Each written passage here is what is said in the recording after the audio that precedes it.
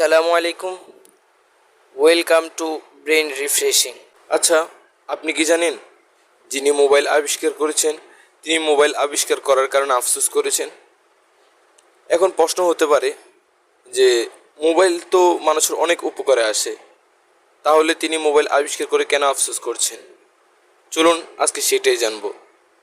তার আগে একটু ব্রেনটা রিফ্রেশ করে নিই। একটু ভাবুন, লবণ ছাড়া তরকারি হয় না, ভাতও খাওয়া যায় না। তেমনি মোবাইল ছাড়া বর্তমান জেনারেশন ছেলেদের মেয়েদের জীবনও চলে না। কিন্তু যদি একটু গভীরভাবে চিন্তা করেন, যদি ভাতের সাথে অথবা তরকারির সাথে আপনি আধা কেজি বা 1 কেজি লবণ দিয়ে দেন, তাহলে সেই ভাত অথবা তরকারি খেলে আপনার মৃত্যু হতে পারে। তেমনইভাবে মোবাইলে যদি আপনি মাত্রার অতিরিক্ত ব্যবহার করেন, তাহলে সেটা আপনার জীবনের ক্ষতির কারণ হতে পারে, কারণ কোনো কিছুই অতিমাত্রায় ভালো নয়।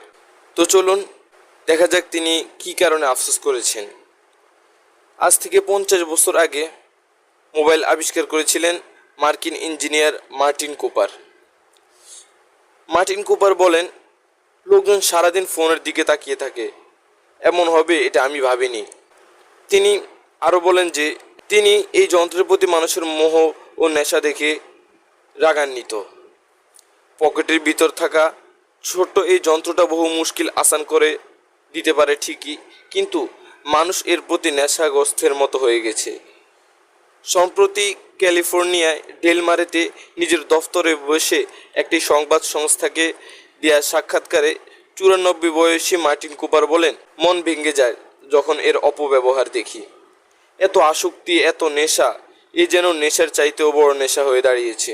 সংবাদ সংস্থা বিবিসিকে দেওয়া সাক্ষাৎকারে মার্টিন কুপার বলেন, জীবনের আসল স্বাদ উপভোগ করতে হলে ডিজিটাল ডিভাইসের মাত্রাতিরিক্ত ব্যবহার বন্ধ করতে হবে। বিবিসির সঙ্গে আলোচনার সময় কুপার বলেন, নিজের সময়ের 5%-এরও কম সময় ব্যয় করা দরকার মোবাইলের সঙ্গে।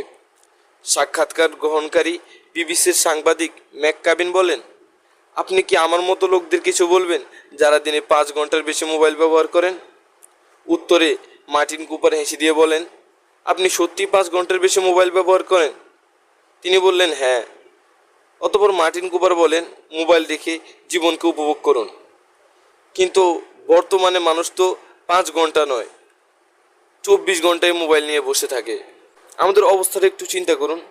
আমরা ঘুমানোর সময় মোবাইলে গান শুনতে শুনতে ঘুমাই, আবার ঘুম থেকে জাগ্রত হই গানের শব্দ শুনে, অর্থাৎ অ্যালার্মের আওয়াজ।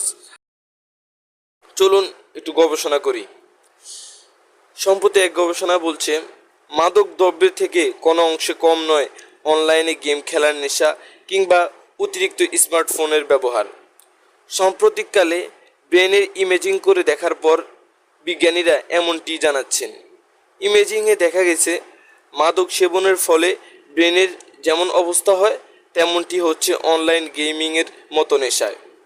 দিন দিন এই নেশা বাড়ছে, আর বাড়ছে নেশার কারণে নানা অসুস্থতা। এবার মাদক সেবনের সঙ্গে তার মিল পেলেন বিজ্ঞানীরা। অনলাইনে দিন রাত গেম খেলার অভ্যাসকে ইন্টারনেট গেমিং ডিসঅর্ডার বা আইজিডি নাম দিয়েছেন বিজ্ঞানীরা।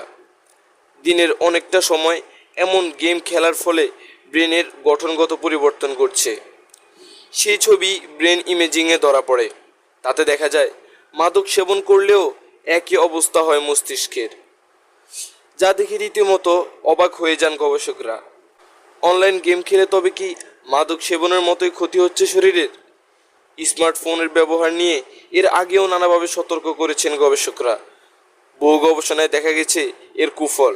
এবার আরেকটি নতুন কুফলের খোঁজ মিলল গবেষণায়। সুতরাং অতিরিক্ত মাত্রায় মোবাইল না ব্যবহার করাই উত্তম। তো প্রথম পর্বটা এই পর্যন্তই।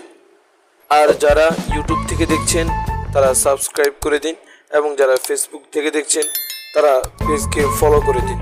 দ্বিতীয় পর্বে থাকবে মোবাইল ব্যবহারের কারণে ব্রেন ক্যান্সার, এর বিস্তারিত আলোচনা। সেটা শুনলে হয়তো আপনি মোবাইল ব্যবহার করাও ছেড়ে দিতে পারেন, কিন্তু আমি মোবাইল ব্যবহার করে ছেড়ে দিতে বলবো না, সেটা আমি কারণ শর্ট ভিডিওতে জানিয়ে আমি নিজেও পড়েছি। তারা আপনারা যদি ব্যবহার করে ভিডিওতে চাইনি সন্তোষপূর্ণ রেসপন্স দিন, তাহলে আমি ইনশাল্লাহ অতি তাড়াতাড়ি দ্বিতীয় পর্ব নিয়ে আসবো। আল্লাহ হাফেজ।